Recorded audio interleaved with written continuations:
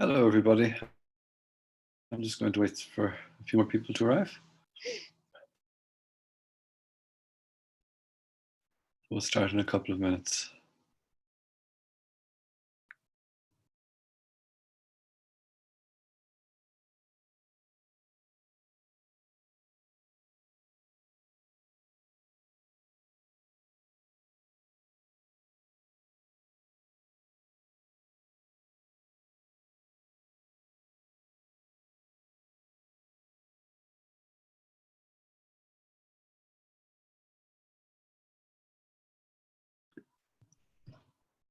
I want to make sure Joseph, are you Joseph?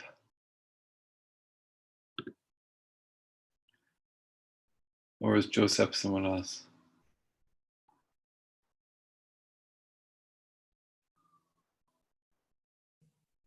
Can you hear me? Joseph, it's you. I wasn't sure if it was you. I can hear you. I wasn't sure if you were you. So I'm going to promote you to a co-host so that you can share your screen and so on.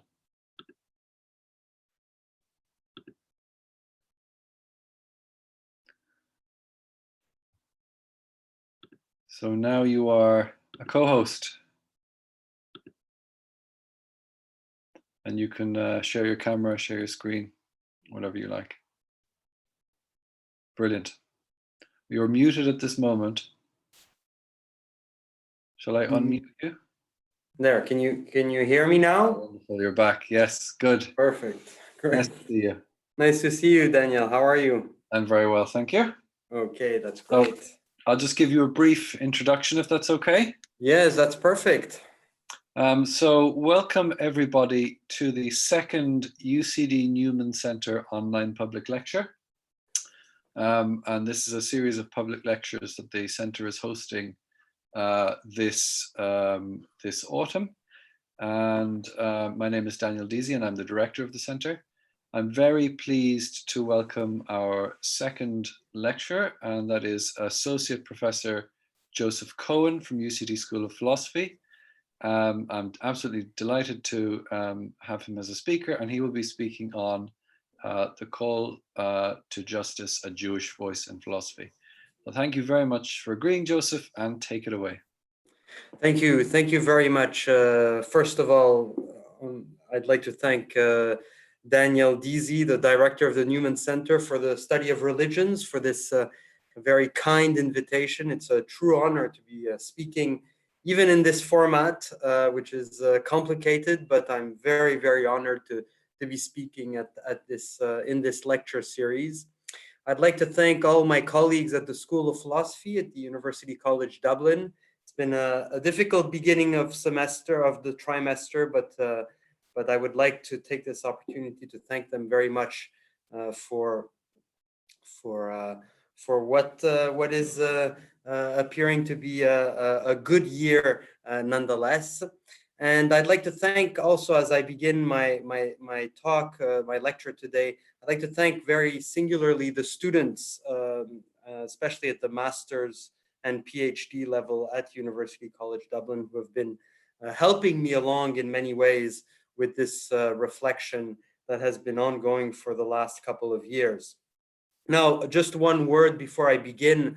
I'd like to say that I have been writing and researching this question in collaboration with a colleague and friend of mine, Dr. Raphael Zaguri-Orly, who is currently teaching at the Catholic Institute of Paris and also at the Collège International de Philosophie in Paris. And this reflection is in many ways a joint collaboration, which has been going on also for quite a few years and is going to bear fruits in publication in the coming months. So I'd like to flag that right away and thank him, Raphael Zaguri-Orly, very, very much for the opportunity to work with him. The Call of Justice, a Jewish Voice in Philosophy. I have often wondered what it means to have and to harbor a voice in the history of philosophy. What could signify to express a singular voice in the long and complex tradition of philosophical discourse? Or again, How can philosophical logos hear or tend an ear, that is, also suspend and interrupt its own discursivity, its own discourse, its inherent rationality and intentionality, to listen to the singularity of a voice? This question does not entail to instill or institute an unbridgeable difference between, on the one hand, the history of philosophical rationality, and on the other, the singularity of irreducible voices, of which I will be speaking of today. It seeks rather to open a certain passage, oblique and uncertain, towards the possibility of thinking without denying or negating, hierarchizing or minimizing, reducing or demoting another source of meaning. To speak here like Levinas, one which would contemplate an idea of justice in some manner heterogeneous and irreducible to the pretension of truth, and where, far from negating or voiding this very ideal of philosophical rationality, would incessantly seek to call it, truth, to a further supplement of responsibility in the name of singularity. In the name of the singularity which Franz Rosenzweig, in The Star of Redemption, this book written from the trenches in the First World War and published in 1921, called, and I quote, "The Cry of the Anguished Humanity." I quote Franz Rosenzweig: "If philosophy did not seek to plug its ears in the face of the cry of the anguished humanity, it would be commanded to begin from this fact: the nothingness of death is a something. Each nothing renewed by death is a novel something which testifies always anew and which is impossible to silence nor quiet. And instead of the unity and the universality of reason and logos in history, which in the face of the anguished cry plunges its head in the sand, philosophy ought to have the courage to lend an ear to this cry and not shut its eyes on this abyssal reality." I close the quote. Our task in the following lecture will be to give a voice to this cry, that is, to this call of justice. Give a voice that awakens not only the conditions of possibility of a recognition of what is said in this call or in this cry, but also, and perhaps more profoundly, what remains always to be said, to be formulated, to be expressed from a singular commandment arriving or returning to our historical present from the irreducible singularity of historical events, which for us can or ought never be silenced or extinguished in a rational and comprehensive narrative of a philosophy of history. In this sense, our lecture will seek to awaken and to be heard those voices which in the history of philosophy have been silenced in the name of a philosophical rationality inhospitable to the call of singularity. The voices of the foreigners, the strangers, the outsiders, the others. These unheard and silenced voices claim indeed a furthering of our responsibility, and furthermore, a reformulation of the very idea of responsibility, which perhaps would demand of us as philosophers a bracketing of the predominance of truth and its inherent unifying and unificatory, universalizing and normative, conciliating and reconciling essence. I, of course, understand the difficulty of such a proposition. It is perhaps an unphilosophical posture to adopt or espouse, as it requires to think and consequently deploy the possibility of an action, which would seem to undermine one of, if not the foundational idea at work in the history of philosophy, that of truth. However, that same something Rosenzweig is here requesting philosophy to hear, urges us to perform a certain reversal of the predominance of truth in the history of philosophy, and following here Levinas, think the possibility that truth would remain presupposed by an idea of justice. Levinas indeed calls philosophy to think truth as if it were presupposed by a wholly other idea of justice, and therefore think justice not as justification, comprehension, recognition, but as an irreducible responsibility towards the unsubsumable singularity of unjustifiable, unrecognizable, uncommunicable, unrelatable suffering in history. Perhaps to hear the call of justice is to interrupt the universal pretension of truth, and without negating this pretension, would require more, a surplus or a supplement of responsibility, incessantly correcting the pretension of settling for the truth and the comprehension, and ultimately the justification of the singularity of suffering in history. I alluded to the voices of the foreigners, the strangers, the outsiders, the others. One of these voices, amongst many singular voices forgotten in the history of philosophy or negated in the history of philosophy, is that of Judaism. I have often asked myself why, and consequently what, in Judaism, or in a certain idea or interpretation of Judaism, which we will have to deploy as our lecture advances, has repeatedly been negated in the development of the history of philosophy. And furthermore, according to which law has anti-Judaism grown in philosophical systems from at least Kant's critical and Hegel's speculative philosophies to a point of utmost radicality and indeed anti-Semitism in Heidegger's thought of being? How and why have anti-Judaism and anti-Semitism found a ground and a justification in these, and to speak only of these, philosophical projects and gestures? How and why have these philosophies, each profoundly different and in many ways radically diverse, ascribed a significance to anti-Judaism and, at least in the case of Heidegger's thought of being, gone so far as to warrant, through a profound strategy of elision and exclusion, a radical anti-Semitism? Now, leaving aside Heidegger for the time being, perhaps we will return to a discussion on Heidegger's anti-Judaism and anti-Semitism, one which is far more radical and, I should say, to be carefully dissociated from the discussion prevalent today on whether or not Heidegger was an adherent of Nazism. Let us begin by posing the question: how and why has anti-Judaism been introduced in European philosophical thought, and most particularly through the humanist philosophical systems from Kant to Hegel? Now, of course, both Kant and Hegel are far from being simply ignorant of Judaism's major signifiers. On the contrary, both seem to constitute a developed interpretation of some of Judaism's most immediate traits, and in this sense, offer, in the case of Hegel notably, a reading of what he calls the spirit and the fate of Judaism.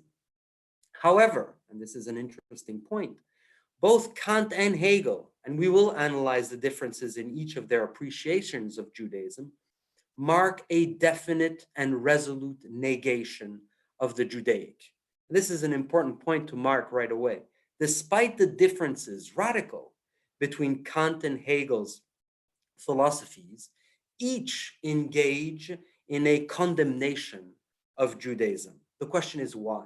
What is at the heart of Judaism which invokes this radical condemnation in both Kant and in Hegel?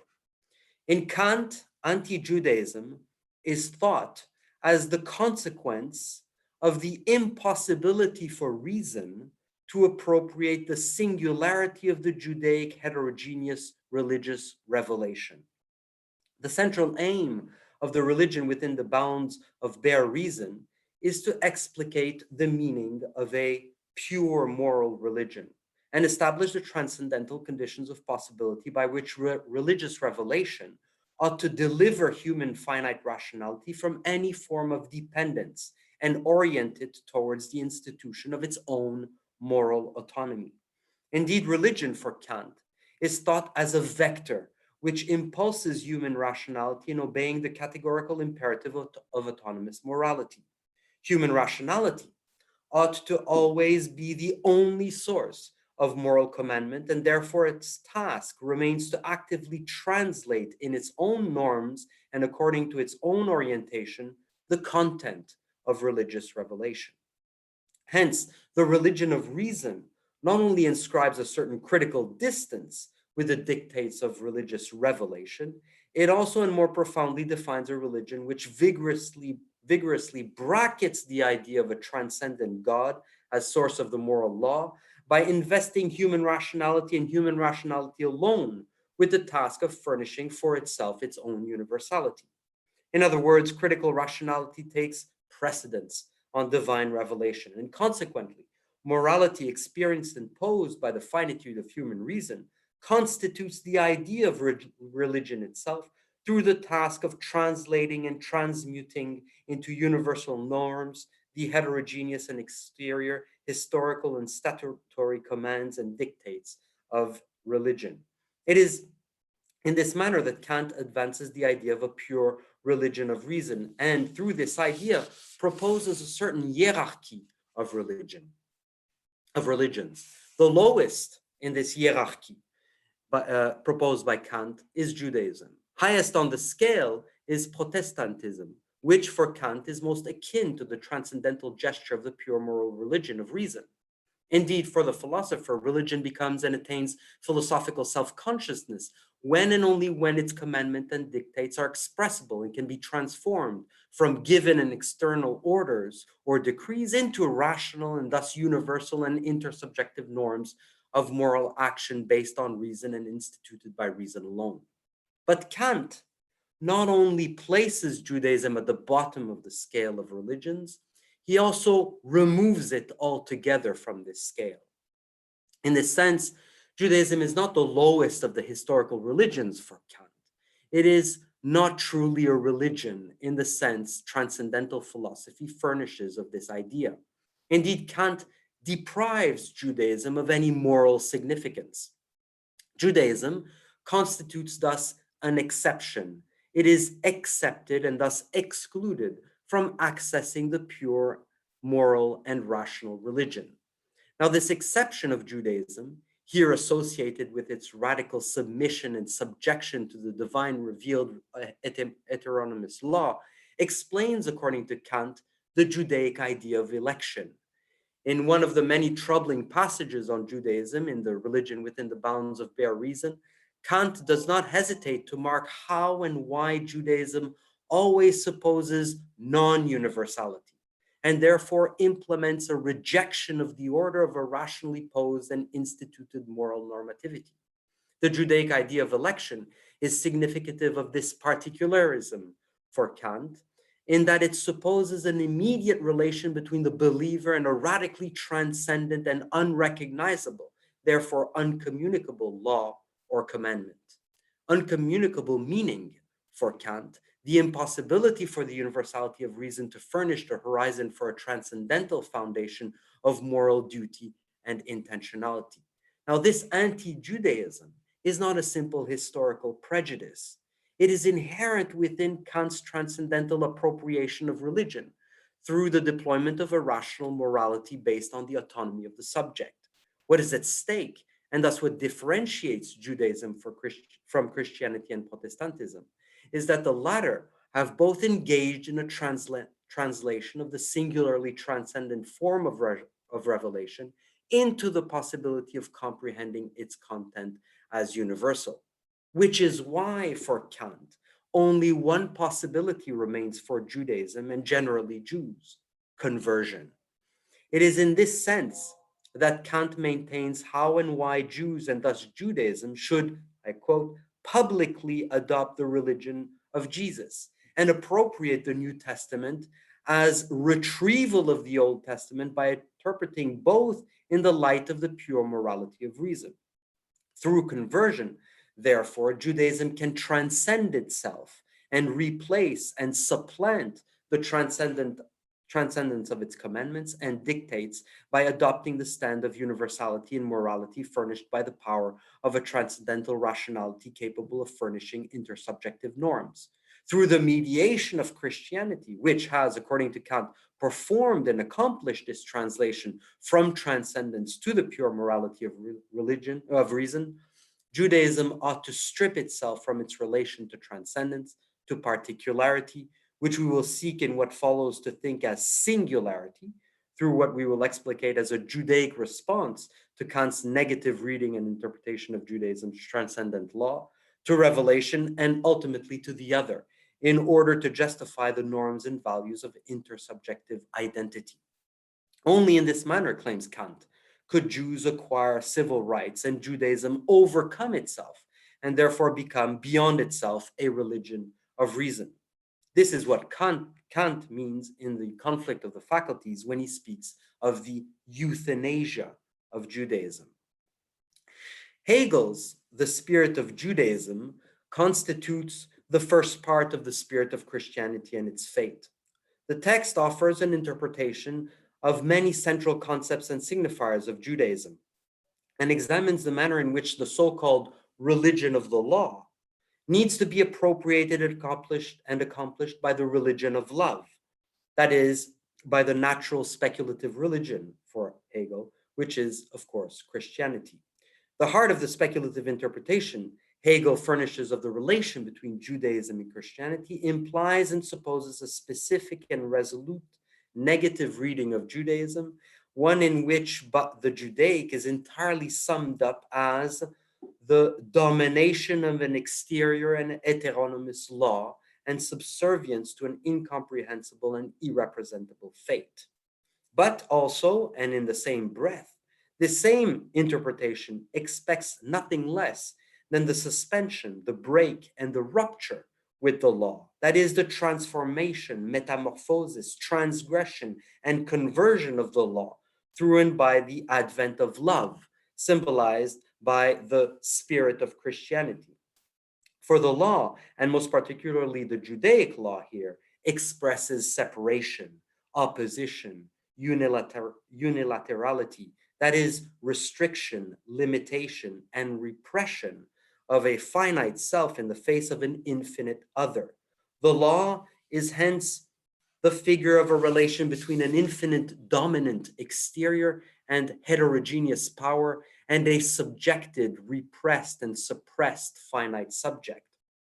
It is precisely the association of Judaism with a simple religion of subservience, decimating the autonomy of the subject, which Hegel retrieves in order to launch a radicalization of anti-Judaism and negation of what is called in the early theological writings the spirit of Judaism.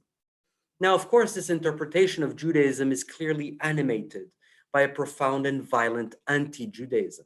The Judaic figure is here and always conceived as a simple particularity that cannot and a fortiori does not comprehend the universal movement of history as spirit, and therefore resists the effective reconciliation of God and humanity, which forms the structure of Hegel's philosophy.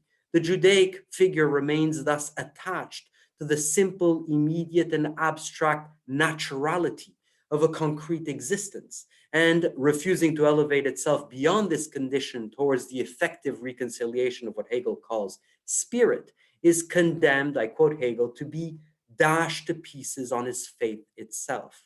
In a sense, Judaism is destined to remain irreconcilable with the deployment of history, and according to Hegel, is thrown in a condition where, subjected to an abstract and dominating law proclaimed by an invisible and unrepresentable God, is cut off from the commonality of the community, exiled in a no man's land, and therefore banished from effectively participating and acting in the development of the history of spirit.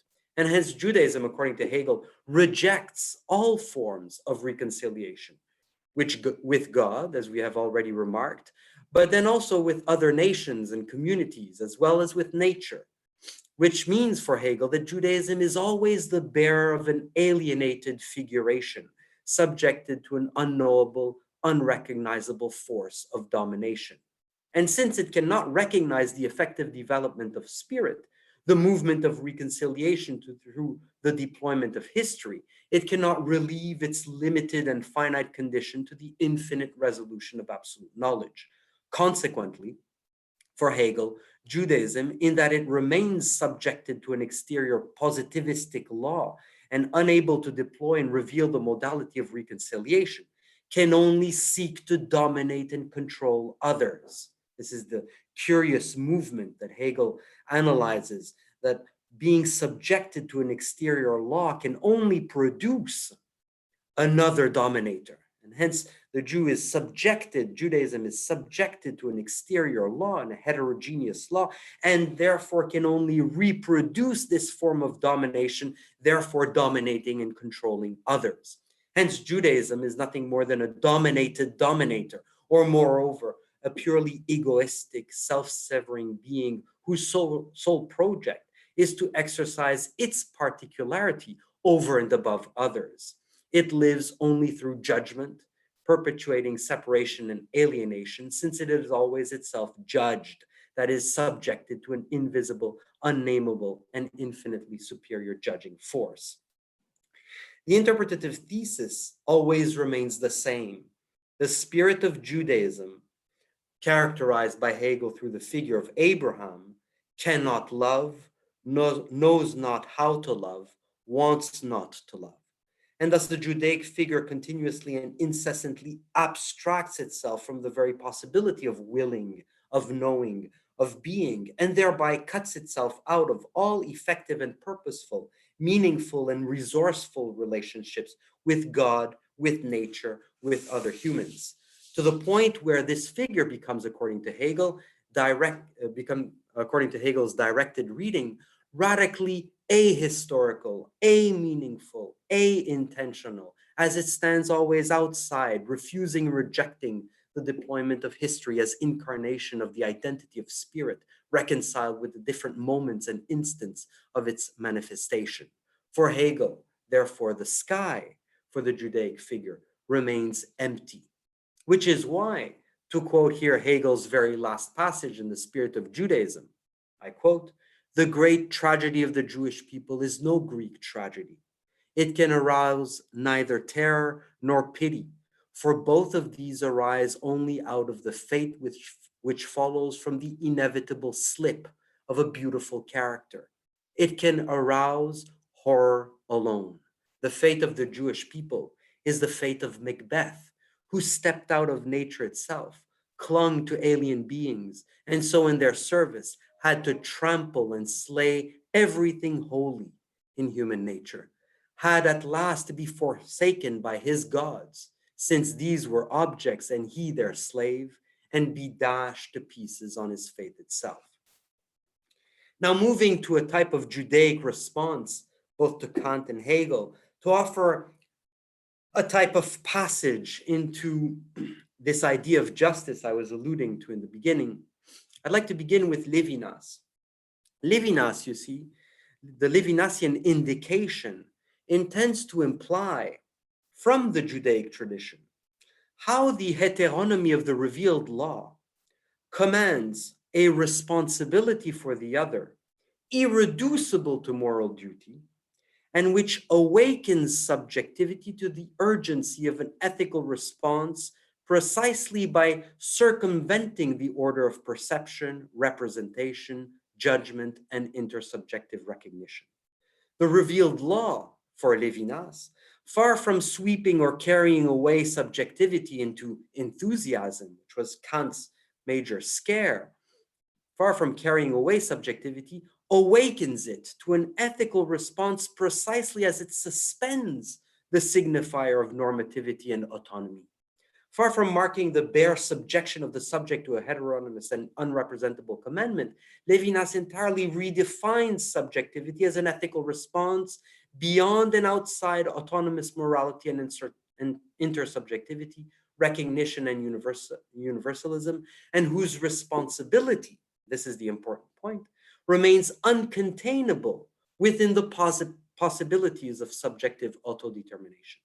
As if Levinas presupposed, before the autonomous subject, another immemorial subjectivity, which would not respond following a measured assessment of a given moral situation or a judgment, but rather which would be taken, torn, snatched before any self-determination as if always turned, exposed, and already responding to the urgency of the call of the other.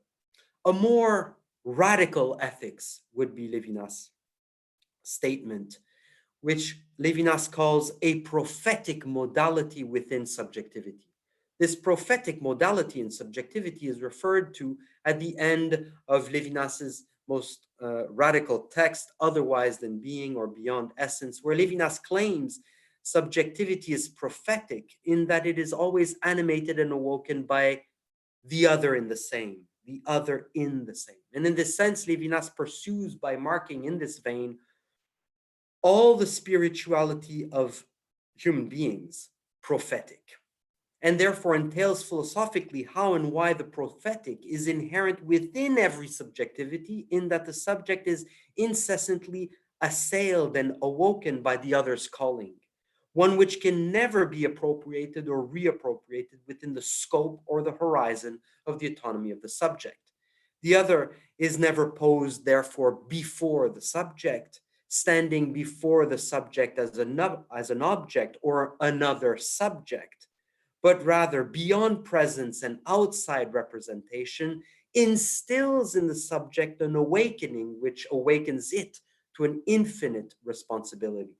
It is thus opened in the subject a responsibility infinitely reiterated because never normatively determined by a concrete presence or representation, which means the responsibility of the ethical subject is always without self-determined ground or of signification, nor universal horizon of comprehension, and thus perpetually rekindled, reawoken, replayed for the other, without terminus aquo and without beginning point as such. This ethical responsibility is infinitely turned towards the other. It can never wholly gratify or contractually account for.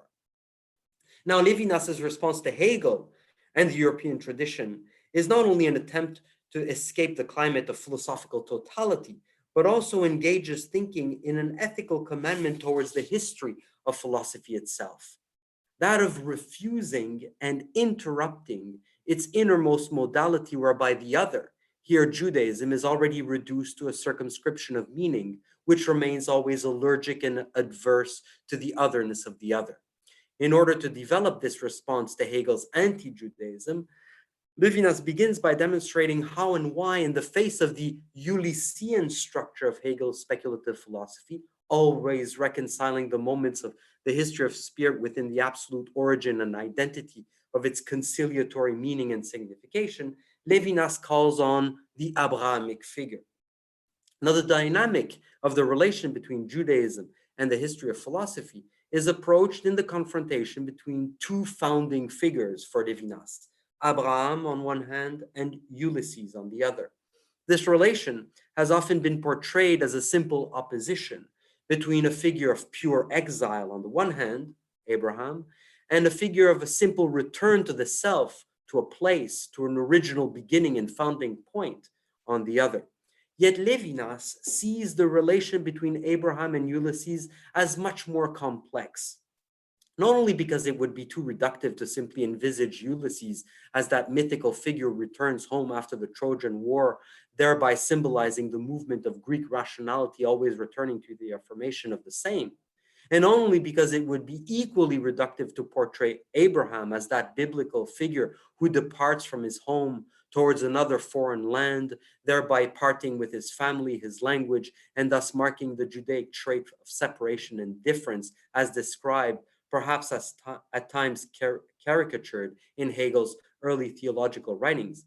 Both these characterizations for Levinas are far too limited, that is, are not just, are not rendering justice to these two figures, and their relation far too oppositional to explain the mutual injunction we receive from both Ulysses and Abraham. Indeed, Levinas thinks the radicality of each figure as if each were commanding the other, as if Abraham was exposed to the Odyssean calling of returning home, and inversely as if Ulysses was exposed to the Abrahamic commandment of parting with home.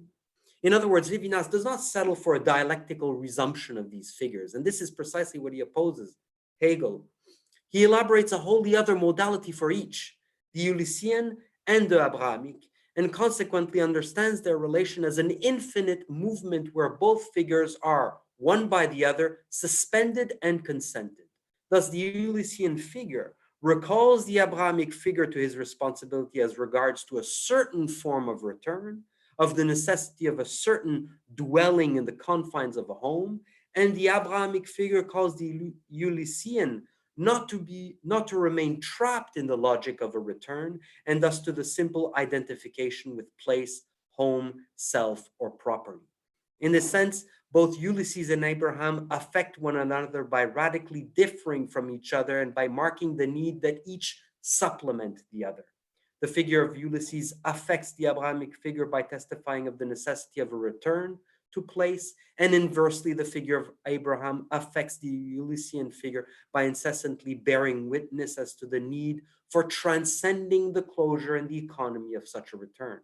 This double affection is thus opening towards the exercise of a perpetual and incessant supplement of one figure by the other, the exercise of a reiteration which, far from accomplishing each other in the process of a mutual recognition, expresses in each a necessary exposition of the one to the other, and thus an excess, commanding each to formulate itself always otherwise than by the deployment of its own self-identification or predetermined definition. Levinas seeks therefore to think towards another type of order, more ancient, he will say, than any oppositional binarism between place and non-place, appropriation and disappropriation, identity and difference, sojourning in a recognizable home or pure exile in absolute foreignness to all place. If Levinas certainly belongs to the Judaic tradition, which abhors the nostalgia and lyricism of place, of home, of origin, of identity, etc., the insistence on a pure exilic posture is not, for the same Levinas, the seal of a greater authenticity. Neither exile nor dwelling. Levinas seeks a possibility in thought for a subjection to a law under which all or any place, the desire for a place and the ascription in a place, is worked and traversed by an unresolved and incessant expropriation. Such is a task that Levinas urges to think both and simultaneously, calling to a place and stripping this place from any possible ownness or propriety, avoiding a systematic, quasi-methodological logic of exile or the permanence of a non-return as a type of negative identification. Levinas urges thinking to an infinite dislocation in all location, exile in all place, and otherness in the same, to take his word. It is precisely here that the difficult politics, I'm here paraphrasing the difficult freedom in Levinas, is to be formulated neither in place nor extracted from all place, but rather persistently and incessantly altering place to always express another possibility of an ethical response towards the other without falling back in the reductive structure capable of systematizing the relation between the self and the other to sameness and identity. It is in this challenging sense that Levinas poses the question, how to redefine and rethink wholly otherwise the idea of humanism.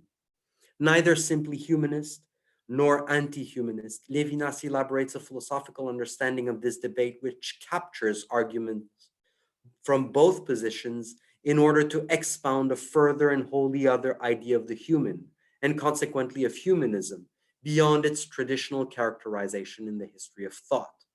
From the ashes of traditional humanism,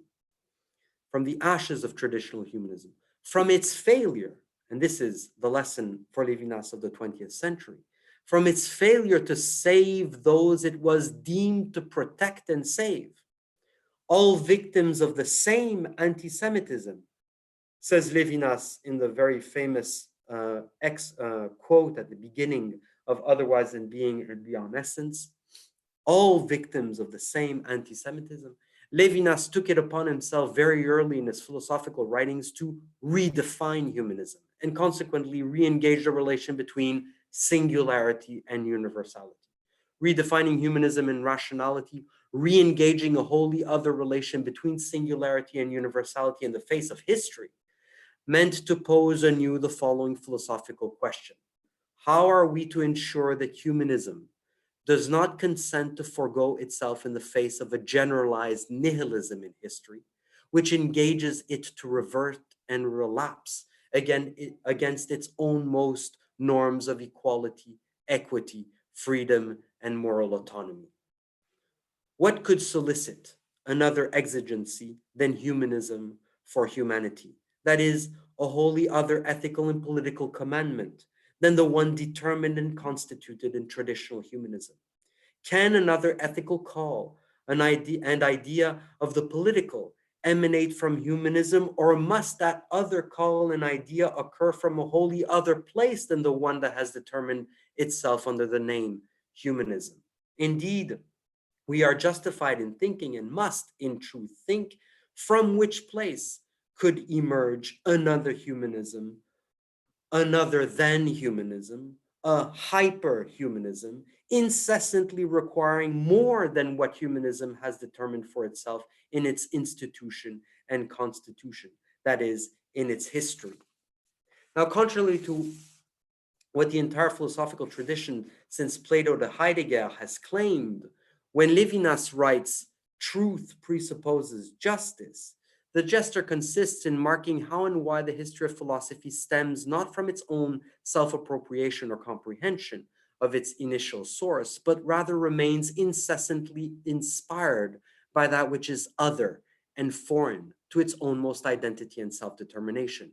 In this sense, for Levinas, the history of philosophical logos and the concept of truth by which it constitutes and institutes itself is preceded and thereby perpetually inspired by an irreducible idea, justice, commanding not the work of a justification, but the incessant drive to project truth outside and beyond truth. A justice, therefore, understood no longer as justification or as a complement to truth, to quote here Heidegger, but as its irreducible supplement, urging it always to reinvent itself beyond its fixed and determined sense and signification. This is why, for Levinas, justice interrupts and at once awakens philosophical logos by demanding the very conceptuality of truth to re-engage itself beyond the limits of its own historical determination towards still other and yet unforeseen performatives. And it is precisely within this double movement of interruption and awakening where Judaism and philosophy, without ever coinciding, incessantly call one another to surpass themselves, and where Judaism, seen here as a language of justice, can proliferate a philosophical concept of truth, which, far from simply determining itself as truth, would incessantly produce more than it can and signify otherwise than it does. This antecedence of justice, an idea which is not to be understood in the context of a juridical conception of right, nor indeed as comparison, evaluation, assessment, but rather with what Levinas always associates with the precariousness of the ethical commandment, thou shalt not kill, a commandment which orders an excess of responsibility each time singularly suspending or halting the occurrence of the murder of the other, and orienting each subject towards the incomparable uniqueness of each singular other outside the structures of commonality, of community, of recognition, is the pivotal idea of Levinas's ethics as first philosophy. The idea of justice, through its antecedents to truth, opens to yet a further possibility for the conceptuality of truth to engage in its reinvention, as always affected and animated by another event than its own most self-constitution and self-determination. Levinas's phrases, therefore, truth presupposes justice, means in this sense, justice inhabits truth, in that it compels truth to transform and rephrase, rename itself otherwise. When Levinas invokes how and why justice exceeds truth, what is at stake in truth is how and why justice presses truth to never settle for its own self-justified meaning, and furthermore incessantly reinvent and outstretch its pretended comprehension or grasp. I will conclude. if we are here suggesting how and why Judaism commands yet another complexity, another approach, and therefore other categories, or again, that it puts forth a certain dissociation from the philosophical tradition, and hence supposes nothing less than a type of problematization of the ideal of humanism and consequently of the order of truth, it is certainly not in order to propose a type of apology of Judaism or simply and drastically separate Jewish thought from the development of Western philosophy. Rather, and after having explicated in which manner modern Western philosophy has denatured the meaning of Judaism whilst constituting itself, going so far as to deny this religion its very presence in history, we seek here to indicate how and why Judaism can think in direction of another source of meaning and can give rise to a wholly other relation between universality and singularity, and thus furnish thinking a possibility which would not limit itself to the meaning of being in Heidegger, or to the moral duty of the ought to be in Kant, nor content itself with the horizon of intentionality deployed from the traditional categories of subject, object, history, meaning, where is always and already signified and justified an eschatology, a theodicy, and a certain form of apocalyptical logic and philosophy. To each of these terms, although not entirely foreign to the Hebraic breath, are indeed singularly questioned by Judaism, and furthermore, Judaism in its philosophical development in the 20th century carries through a singular reflection with regards to these notions, their finality, their purposes, and the accomplishment which they contain, and thus seek to orient thinking towards wholly other performatives, irreducible to those drawn or fixed in traditional humanism. How can Judaism engage humanism towards another humanism, or even another than humanism? How can Judaism engage thinking towards another manner of approaching the traditional relation between universality and singularity? And thus, from which place and according to which law can Judaism open towards another ethics and another politics?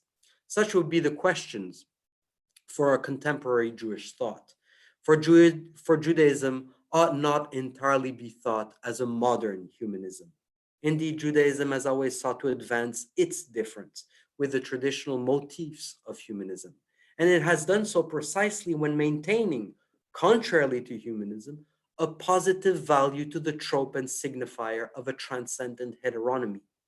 This attempt to think beyond humanism inspires certainly a suspicion, and to say the least, occurs at a moment in human history where a definite usure of morality based on the sovereignty of an autonomous subjectivity or on the supposition of a reconciliatory recognition is apparent. Such moral systems, indeed, have proven, despite their very intention, to transform themselves in postures capable of foreclosing the other from the very history of humanity, or at least of transforming themselves in attitudes of indifference and neutrality in the face of the transcendent law and the call of the other.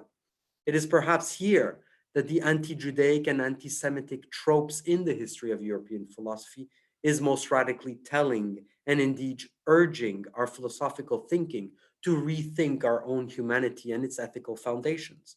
Rethink our own humanity and its ethical foundations no longer according to a subjectivity persevering in its autonomy and assured by the universality of its proclaimed freedom, or the essence of an inherent historical development of reconciliation and forgiveness, but perhaps in the light of a prophetic figure called to act against its own will, reason, community, and sovereignty, and which, as a hostage of the other's call and law, as elected to the other's demand and commandment, would always remain incapable of abstracting away its responsibility for the other. Thank you very much. Thank you, Joseph. That was fantastic. Thank you very much. Excellent. So we'll have a Q&A now, if that's okay with you, Joseph. Yes, definitely. And I've promoted everyone attending to the panel, which I think means in this format that anyone should be able to turn on their camera and turn on their microphone if they wish and ask a question. Alternatively, you can type your question into the Q&A dialog boxes at the bottom of your screen.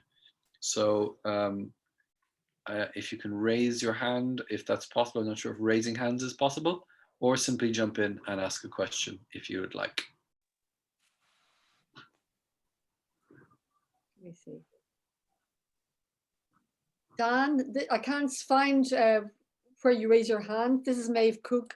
Oh, hello, Maeve. Well, I Hello, can Maeve. actually, I think I can. I can raise my hand, okay? okay, perfect. That's it. You've done it. So I- fire away. Yeah, I've quite a, I apologize. I have a long question which speaks for the complexity and depth of Joseph's talk. Would it be better to write it, or is it okay if I Of course, Maeve, speak it out. Yeah, much better that way. Let me just see. Okay, so this is what I actually began to write it. Joseph, thank you very much. You're welcome. Citing Levinas and Rosenzweig, you say that the singular voice of anguish calls truth to responsibility, to justice. Mhm. Now, I accept this. I also accept that in extreme cases, justification of the voice of anguish would be counter to the demands of justice. It would be, if you like, justification in these cases would be even immoral. Nonetheless, and this is my point, this is my question, this seems to me, this does not make every cry of unspeakable suffering inherently and unquestionably just. Surely in many cases, the voice of suffering both calls truth to justice and must itself be critically interrogated, at least in principle, when the circumstances are right. To put it differently, in terms you've been using, the singular voice of anguish, in my view, also makes a universal claim to validity or truth, which isn't to say that its claim to truth could ever be finally adjudicated. So what I would want to say is universality must always be disruptible by singularity, but singularity is always also a call for universal acknowledgement of justice. And my question is, would Levinas agree? Would you agree? Thank you very much. That is a very central question, and you're quite right to pose it, because it is the main question that I'm constantly, along with my colleague Rafael Zaguri-Orli, who I mentioned at the beginning, are constantly trying to find and to try and deploy another type of relation between singularity and universality that does not settle for what you've been rightly posing as alteration of universality, or a type of disruption of universality, of which I completely agree. And I don't want this to be interpreted, and I think, I hope I was sufficiently clear, I don't want this to be interpreted as a condemnation of universality, but rather as a quest to redefine the relationship between singularity and universality. Now, the question that you're posing, the deep question that you're posing, is how to reinterrogate the relationship between singularity and universality through the mode of justice, and how to redefine this relationship between singularity and universality, where universality would always be a type of necessary, a necessary reference, a necessary point of reference. My idea is this, and I agree with the necessity of the universal, but my idea is this, is that to interrogate singularity, that is, to face singularity, means certainly to alter universality, but going further than simply altering or disrupting universality would mean to suspend universality in order to invent novel performatives of responsibility, which would not be determined by the universal recognition.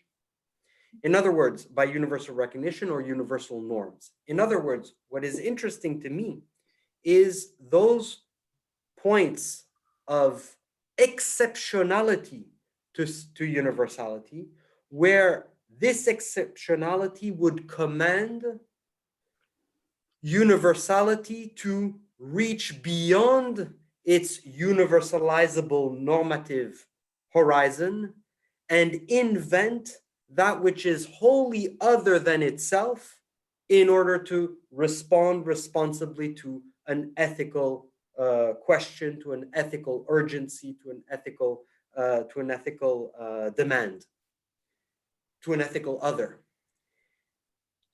And in this sense, this is why, according to me, and I think Levinas would be in accord with this, this is why, according to me, the transcendent and heteronymous character of the law, which has been so condemned in Kant, in Hegel, Heidegger's another story, but also we could place Heidegger in this movement in a certain sense, but definitely for Kant and Hegel, the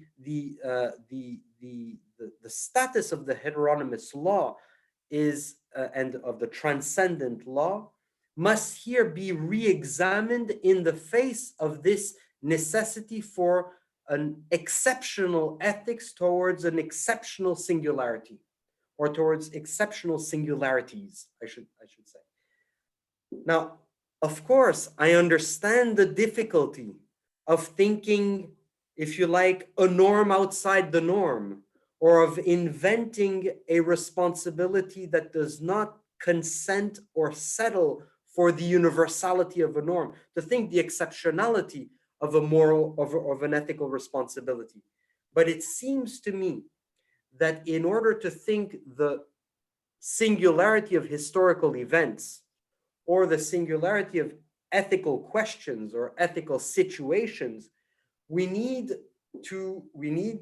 philosophically to think of that which seeks outside and beyond the scope of universality without denegating this necessity of universality, of representation, of judgment, of critical appropriation, and so forth. I hope I'm making myself clear. I'm not against the critical appropriation of singularity. I'm only seeking to find the place and the space where universality must bracket itself out in order to liberate the space of an exceptional ethical response. Is that? Thank you very much. Okay.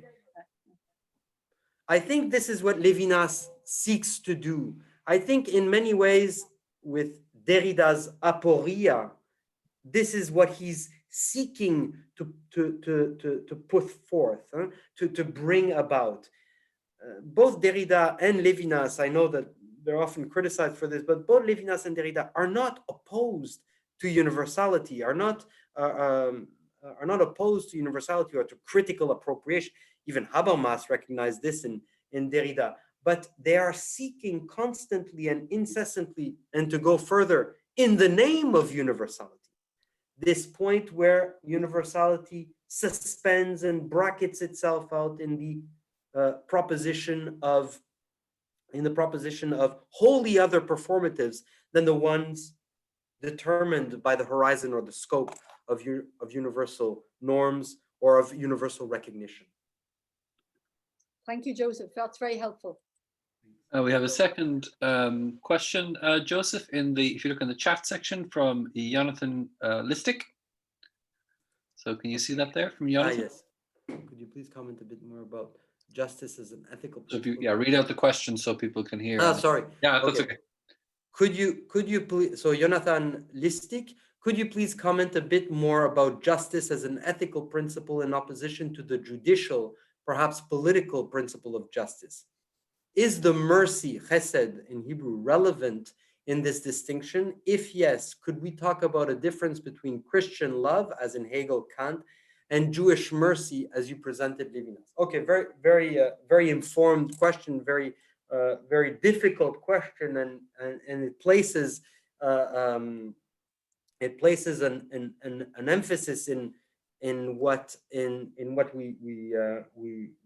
I did not concentrate on, and that is the immense problem of language, the immense problem of language, and therefore of translation. I noticed that Lisa Foreign, who's an expert on the question of translation, is here playing.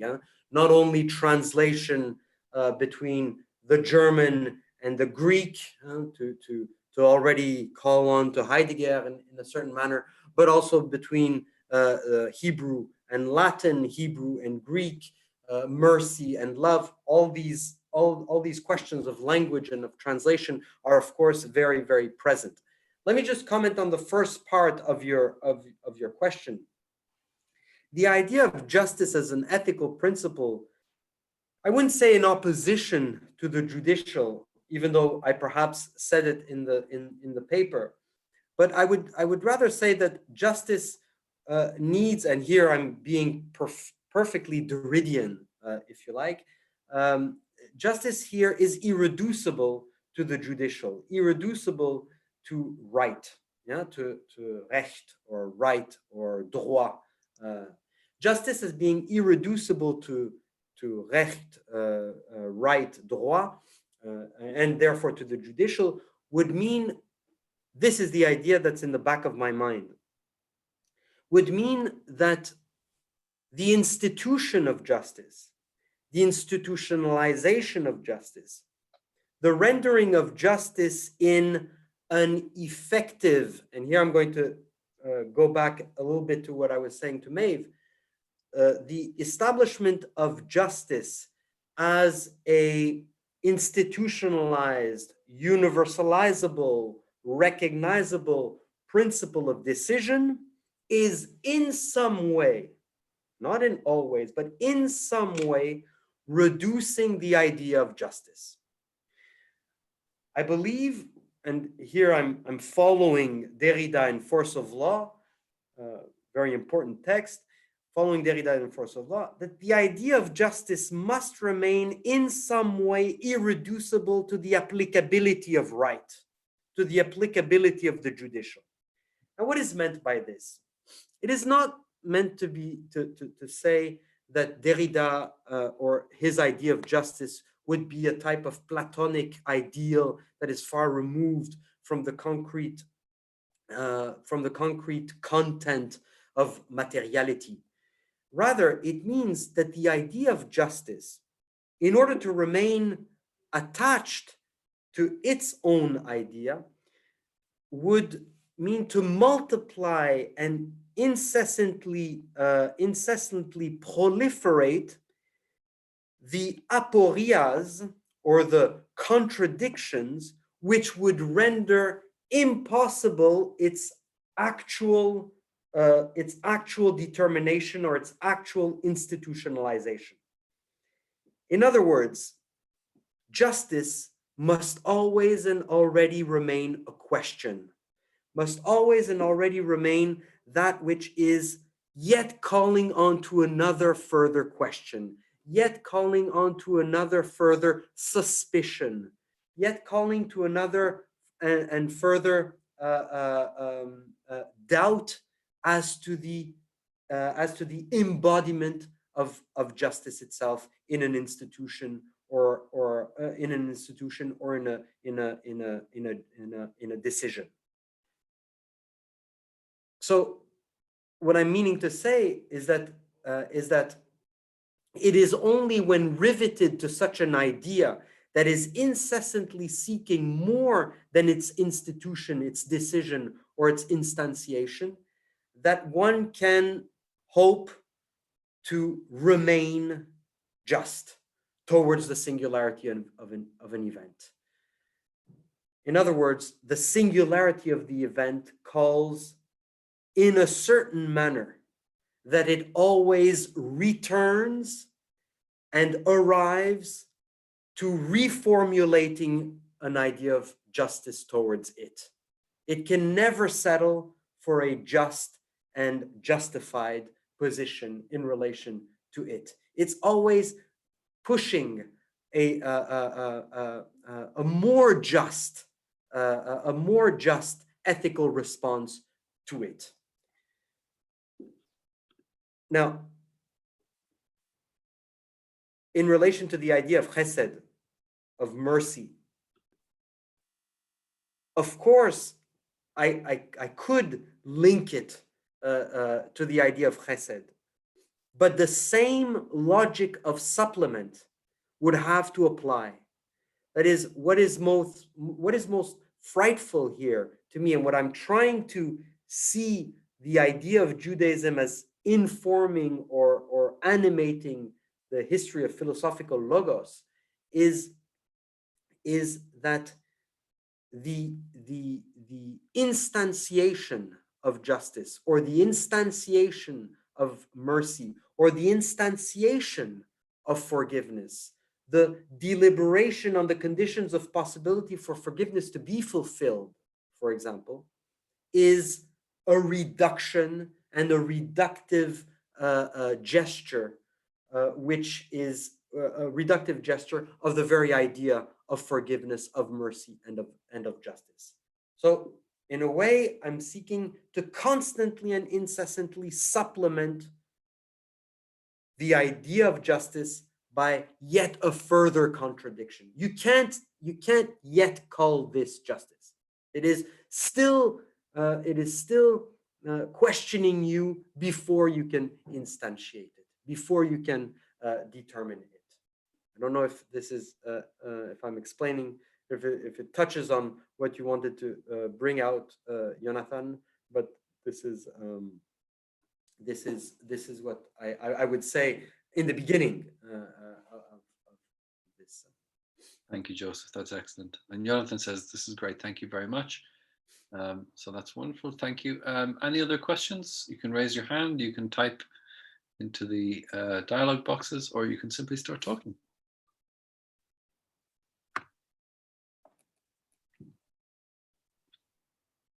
Lisa has a question. Lisa, yeah, go ahead. Hi, hi, Joseph. Thank you so Hi, much Lisa. for this talk. I think in a way the question is in line with the discussion you've been having with Maven, and in a certain respect also with Jonathan. The broad question is the place of Jewish thinking in contemporary philosophy, because your talk focused on its role, particularly in Kant and Hegel, but also how this is read by Levinas and Rosenzweig. And so the question is really concerns what role Jewish thinking in particular has in contemporary philosophy, or has for our contemporary situation. And it concerns this opposition in a way that you referred to between Abraham and Ulysses in Levinas, which is not simply one opposed to the other, but the manner in which they command and interrupt each other's movement, and how in a different way we can think this in Levinas is the role of skepticism in the history of philosophy, this doubt that's always part of philosophy, that in a way is kind of, as Levinas presents it, is this kind of call of justice, that philosophy is haunted by this doubt that in a certain sense calls it back into question and then calls it back into justice by never resting easy, by never being comfortable, in the same way that you have just been discussing justice that is at home with itself is not really justice. And so I'm wondering today, do you think this continues to be the role of Jewish thinking in particular, to disrupt or to ask this question of justice, to prevent a sort of facile reconciliation with the self that philosophy is so often prone to? Or do you think Judaism offers something else today that is different to what it offered at the time that Levinas in particular was writing? So today, does Jewish philosophy provide a further question? And is that further question related to the other others? Is it related to the other others that are also left out of philosophy? Yeah, so. Oh, thank you very much, Lisa. That's a very well posed question, and of course it's and it allows me to say, not in response immediately to your question, but it allows me to say that certainly Jewish philosophy, I mean, this type of interrogation on justice, on the relationship between justice and truth, the relationship between justice and the different philosophies of history, this type of reflection that was led by, I mentioned Rosenzweig and Levinas, but also you could involve in this reflection people like Hans Jonas, certainly someone like Hannah Arendt, certainly someone other Jewish thinkers, yes, Hans Jonas and Hannah Arendt, but also people more contemporary Jewish thinkers like Emil Fackenheim or Gershom Scholem or Martin Buber.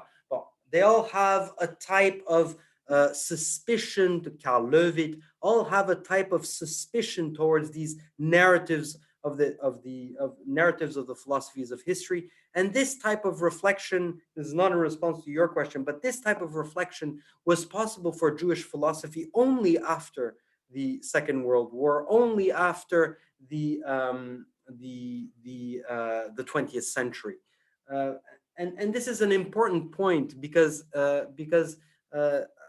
Jewish philosophy in many ways, or Jewish thought in many ways, has often kept itself out of the dialogue with philosophy. And the response in philosophy, or in the history of philosophy, has often been a rejection of this dialogue with Judaism.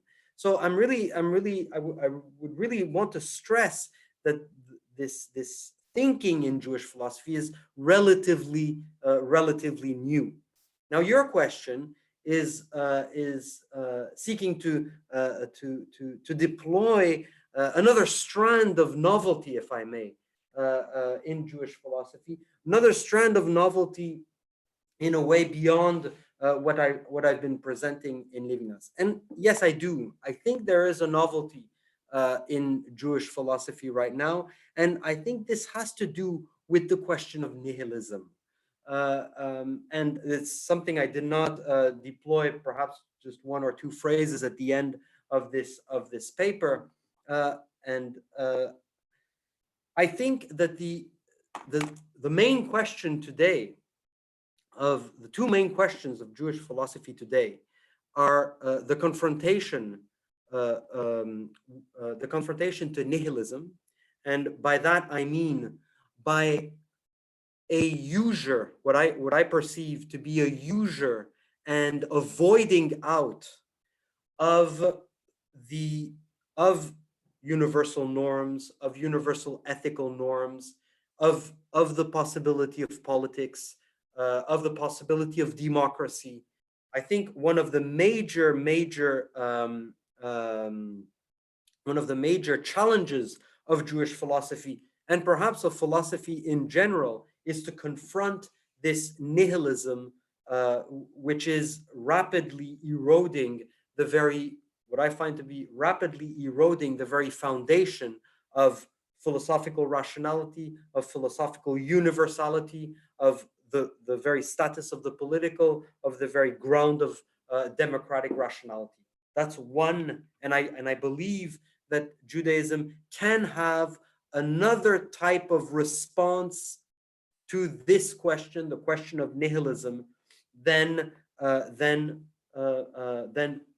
the assurance of universalism or universal norms or universal ethics. I do believe that Judaism can have another type of response to the question of nihilism. But the other major task, and I thank you for this question, the other major task is a threat that I find also in Judaism itself. That is, and I didn't have the time to deploy it, but I have a whole page on this in this paper, is the threat of a certain type of what I called here very briefly apology of Judaism. That is the threat of Judaism marking itself as being a self-enclosed system which would provide answers or resolutions to age-old philosophical problems. I believe one of the greatest threats of Judaism is its substantialization. And I think that one of the major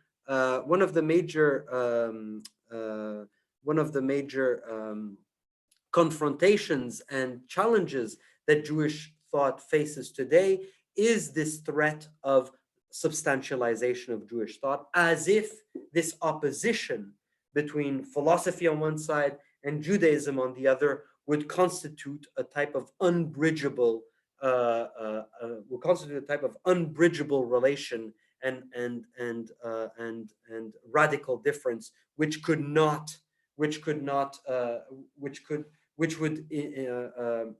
would destroy all possibility of one affecting the other. So I think there are two challenges facing very contemporary philosophy of Judaism.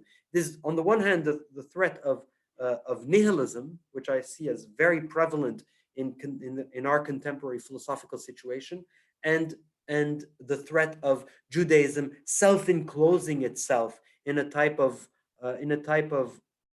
auto-immunity of itself and self-protection of itself in the form of a substantialization of its own ideas, of its own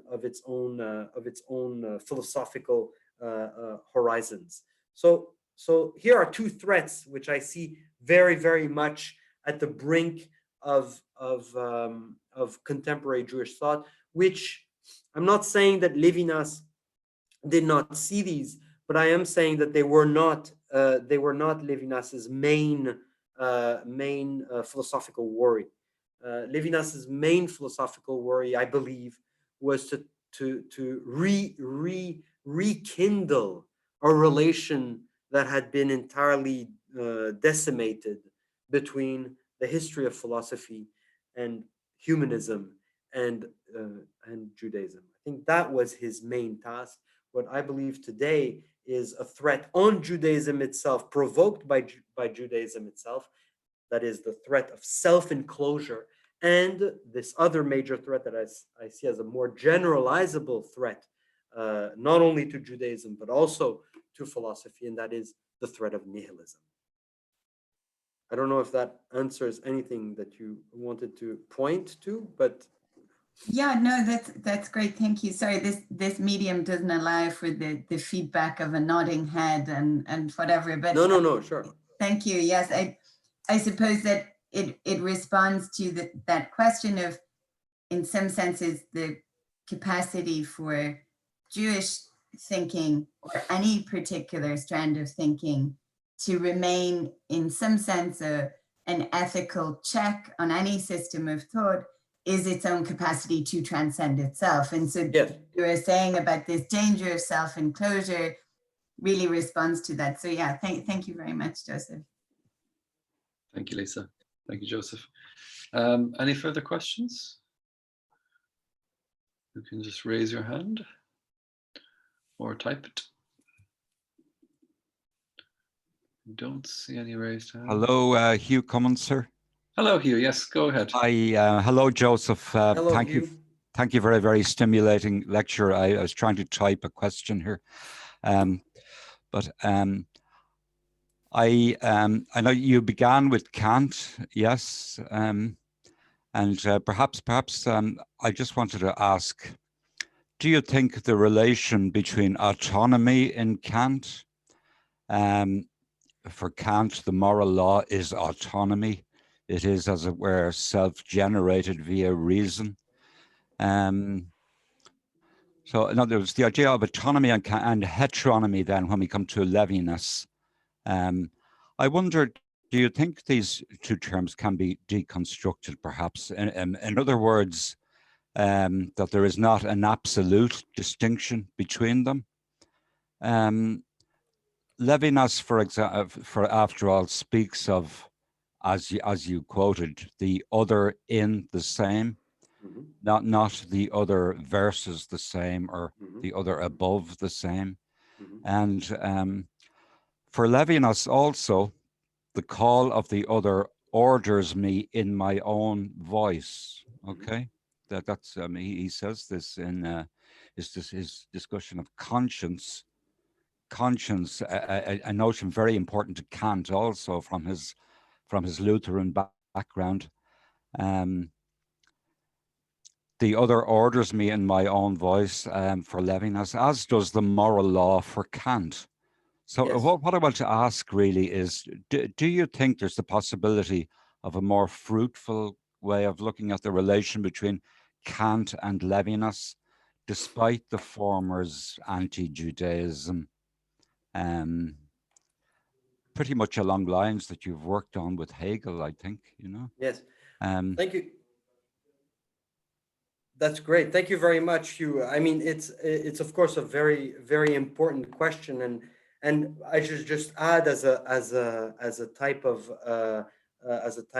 bracketing of your question, Hegel recognized in a way this problem, because of course Hegel accuses Kant of being a Jewish thinker, as you know. Yes, of course, yeah. Hegel in the early theological writings, and it's quite funny, accuses Kant of having simply interiorized a heteronymous Judaic law within the autonomy of the subject, but has left the indetermination in regards to telos, in regards to truth, in regards to the reconciliation of the infinite and the finite, has left that completely Judaic in its structure. And so one of the main attacks of Hegel towards Kant is that, first of all, Kant is a Jewish thinker for Hegel, and furthermore and you can extend that to Kant's anti-Judaism was not radical enough. Very weirdly in this relation between Hegel and Kant. But so Hegel saw this problem in a way. He saw that the relationship between Kant and Judaism was a much more convoluted relationship than one could simply, and Kant firstly, state. And of course, just as a type of general culture idea, it should not be surprising that the famous neo-Kantian school of Marburg, like Hermann Cohen and Ernst Cassirer and all these people, mostly Hermann Cohen, tried very rigorously to find a point of junction between Kantianism and the moral law and the revealed religion of Judaism. I'm referring here, obviously, to Hermann Cohen's last text, the religion within reason within the bounds of religion, which is of course a type of conversion of Kant's text. But so Hegel saw this. Now, of course, I completely agree. Despite Kant's type of anti-Judaism, there would be, and I believe Levinas is very much aware of the necessity for there to be a relation between autonomy and heteronomy, far more complex than simple opposition, which is the manner in which Kant presents it. There's autonomy on one side and heteronomy of revelation on the other, autonomy of morality and heteronomy of revelation on the other. Now, the idea, however, and this is where it's the most complicated. The idea, however, is how to think the irreducibility. This is what I battle with all the time. How to think the idea of the heteronomy of the law, which again is not to be conceived as a crushing of the subject's autonomy, but rather as an incessant call for the subject's autonomy, not to settle for its autonomy in practical reason.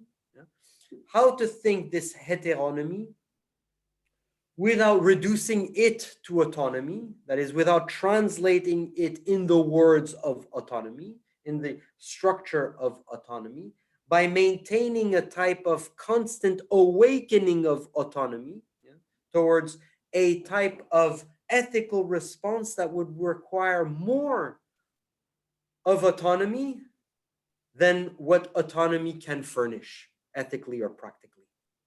This is, for me, the most delicate ethical question. How to think a heteronomy or a transcendent law which would require of autonomy more than autonomy, which would require of autonomy never to settle for the normativity of autonomy. And in this sense, I believe that there is there the impulse, and this is where I read Levinas, an impulse of the relationship between justice and truth, or between singularity and universality, which would command the invention of performatives that would not settle for justification, for recognition, for representation, but that would require a type of novel and further exceptionality to address the singularity of the cry, of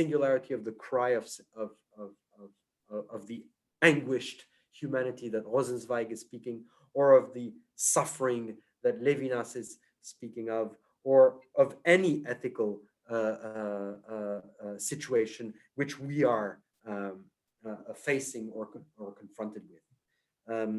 So it's a question of relationship, and I believe that you're right. We have to complexify the relationship between autonomy and heteronomy.